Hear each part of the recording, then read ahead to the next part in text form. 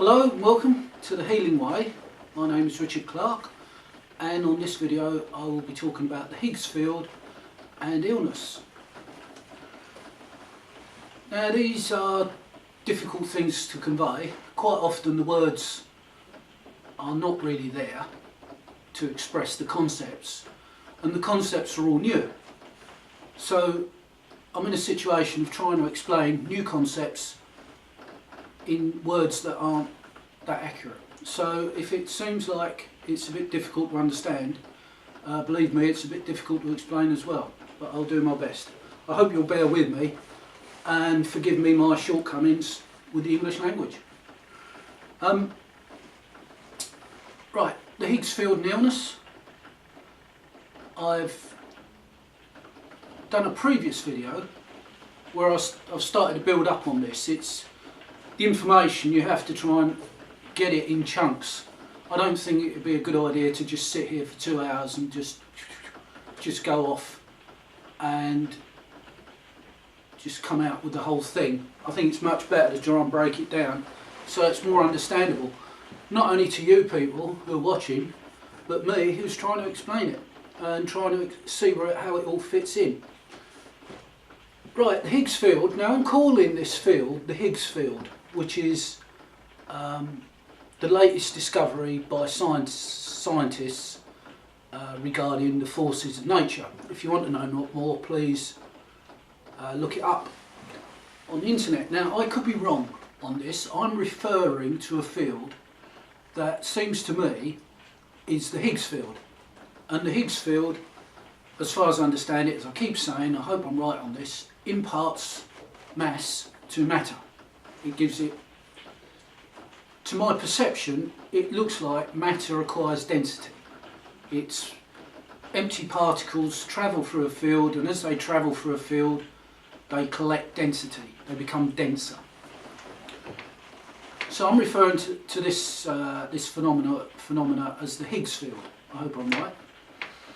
I've given it. I've extended the Higgs field's ability. My perception seems to reveal that the Higgs field not only imparts mass to matter, it organises matter. And in the case of the brain, it organises matter and it maintains the state of that matter. It maintains the state of that matter. That's more or less where I got to on the last video. Now also, I've read that the Higgs field can withdraw mass from particles. So a particle can be massless, it can acquire mass, and at some point further in its existence it needs to become massless, so the Higgs field can withdraw the mass from the particles. A very useful field. Now then,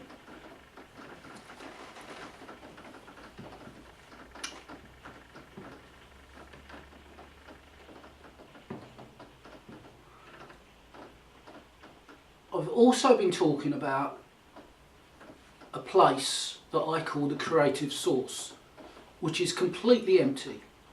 It is completely empty. And out of that emptiness comes shapes and content. Saying out of the emptiness isn't accurate. It's like there's a nothingness. It's completely blank. And where the edge of this nothingness is, where there is nothing, and then there's a crossing over to a something, to reality, the world of form and physical matter. On that boundary comes ideas and shapes, no, not ideas, shapes and content. Yeah, shapes and content. And what's occurred to me lately is that this place is always empty. This place is always empty, so it is always giving the new. I keep saying out of this place, it doesn't really come out of this place, it's on the boundary of this place comes the new. Right, so on the edge of nothing is the expression of the new, the creative, and I'm talking totally new, totally complete new ways of looking at things, not an extension of what we already know, like we have cars now that are much better than they were 50 years ago, but the principles are still the same. All new things, creation comes from this place. Comes from this place, I'm saying it again, it comes from the boundary of this place. The idea, the vision that keeps coming to me is the event horizon. It's an event horizon they talk about with black holes. The edge of the black hole is where things happen. Except this place is just blank. There's nothing at all there. Right, what I'm trying to get at is this place exists. It doesn't exist because it's nothing. It's perceivable. Let's put it that way. There is a perceivable place. Now the key point here is that anything that's empty is the same as the creative source. Anything that's empty. So if your mind goes empty, it becomes the creative source. And this is when we get the new. If you talk to people who come up with something totally new out of nowhere, they say it just come to them.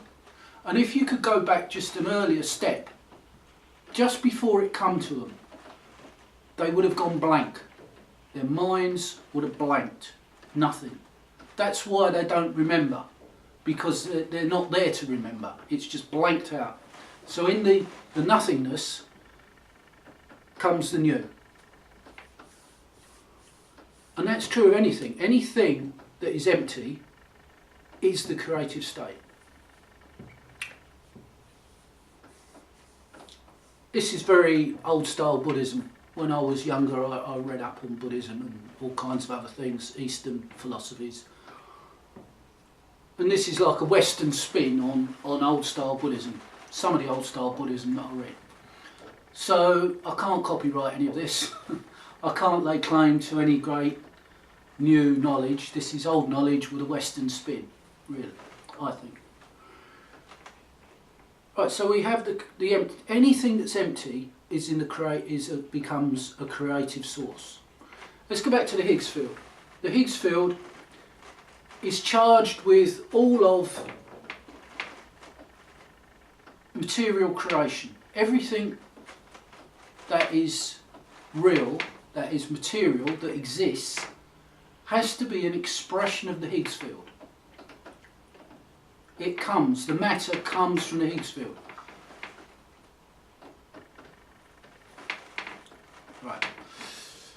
So it comes from the Higgs field. Now the Higgs field has the ability to take this back. And that's what I think is happening to the whole of existence on a universal scale. Let's stick with the large. The Higgs field, when it's full of creation, of the potential for creation, when it's full, it is a Higgs field. It then imparts what it is to reality. So everything that's in the field goes out of it and becomes reality, what we know. The Higgs field, having discharged its content, becomes, because it's empty, the creative state. It's the same, it's empty, it's blank, there's nothing there. Therefore, all of everything new can start to appear. Now again, this is another old idea of Buddhism, whereby I think it was Tibetan Buddhism or Mahayan Buddhism, some obscure branch, where they said the universe is annihilated in a split second and then it's reformed into a new shape. And then that shape is annihilated and it's reformed again. Because this I thought about for a long time. Is there such a thing as movement? Real movement? Or is there simply static images which just flow and give the appearance of movement? A television screen is a series of static images. And that, I think, is physical reality. It's the illusion of movement. What's actually happening is we have a static image of everything for tiniest particle of time, whatever it might be, it's beyond measurement, but it's just the barest fraction. It flashes into existence, and then it goes out of existence, and then it reforms again, slightly different, or no, massively different, and that reforming is the illusion of movement. That's what I think's happening. So there's two parts to this. One is, when the field is empty, the nu on the boundary comes into existence. Yes, it does come into existence. It's like it's given birth. So maybe this is another aspect to the Higgs field. It not only gives mass, it gives creation, because that mass has to be organised. What is the organising principle of the mass? Yeah. So I think there are two things happening here, two things that organise the mass. One is, once the Higgs field is discharged, the Higgs field becomes the creative source and has all these new concepts, new everything new. Right. Now then it withdraws the mass from reality. It withdraws the mass from reality. Now in that mass is the content of the next release. When it draws back, it takes back with it what it needs to shape the next phase, the next cycle, the next time it gives. Yeah, that's it. It takes back the blueprint for the next release.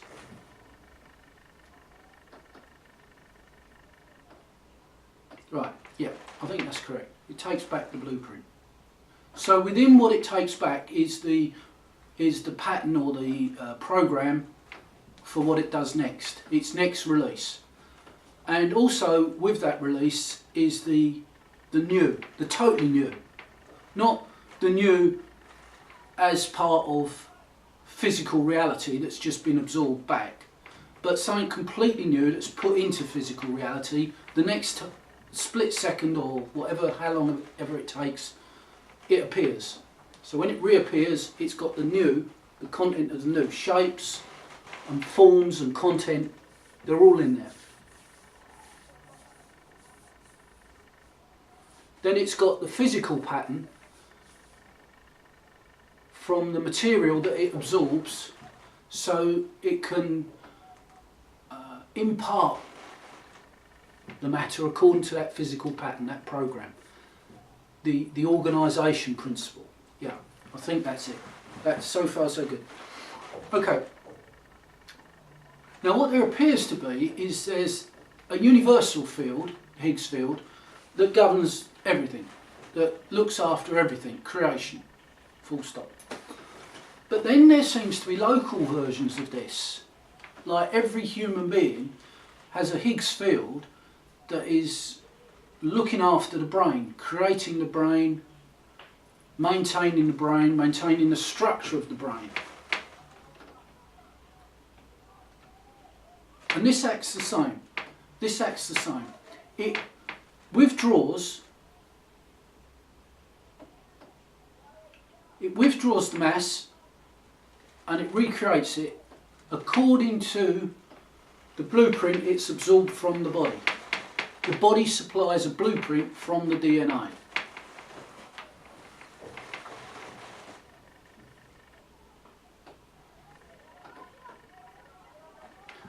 And this is where the illness comes in. This was the bit I couldn't get. I couldn't get it. The blueprint, which comes from the DNA, the pattern, the program of the DNA that controls our DNA, the blueprint becomes contaminated in certain illnesses. It becomes contaminated, and it has to be contaminated by living DNA.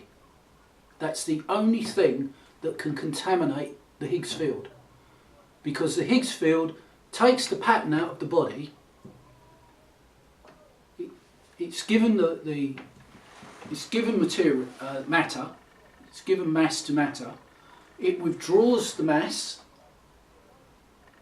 and then it recreates the form again according to the blueprint within the mass that it's just withdrawn. And what it's just withdrawn is contaminated. And that, I think, is where the insects come in. The insects, some sort of insect DNA gets in and contaminates the Higgs field. That's how it gets back into the brain, because the contamination programs the Higgs field to recreate the brain in a damaged way. I'm looking at Parkinson's disease here. It recreates the brain in a damaged way. It's probably true of dementia in a different way with a different contaminant. But it has to be a living contaminant. By living, I mean it has to come from life. The toxic pollution, it won't do it. It won't do it. The Higgs field, there's some really unsure about why. It should be more stringent. There should be more of a screening process. Otherwise, humans, there must be a way of the human form, the human brain, to be kept as it should be. To be kept right, to be kept within certain very limited boundaries. You can't have a lot of deviation. Right, the Higgs field should be more or less completely correct within itself to impart what it needs, or what needs to be imparted to create the correct human form and brain.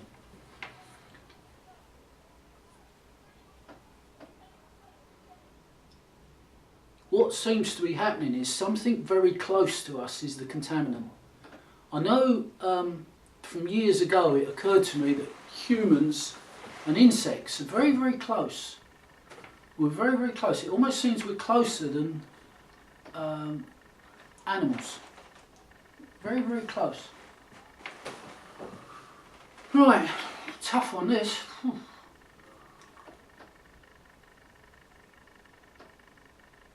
So what I'm looking at is what the contaminant is and how to screen it out.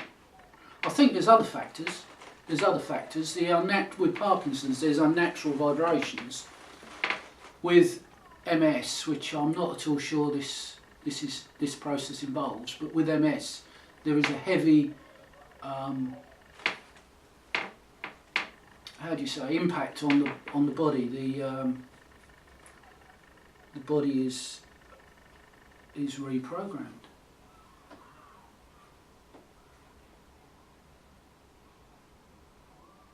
Oh. Of course.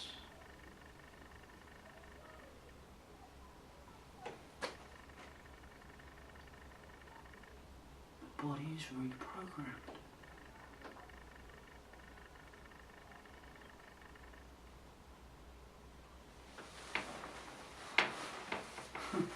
Okay, something to work through for the next one.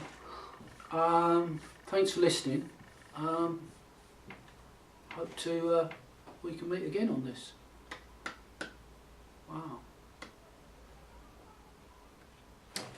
Thanks very much. I've said all I want to say on this. I'm building up to something. So these videos on their own are pretty hard to follow, but if you can watch them in sequence, when we get to the end of all this, it makes a lot more sense. Right, thank you very much. I'll see you, or you'll see me on the next one. Thank you.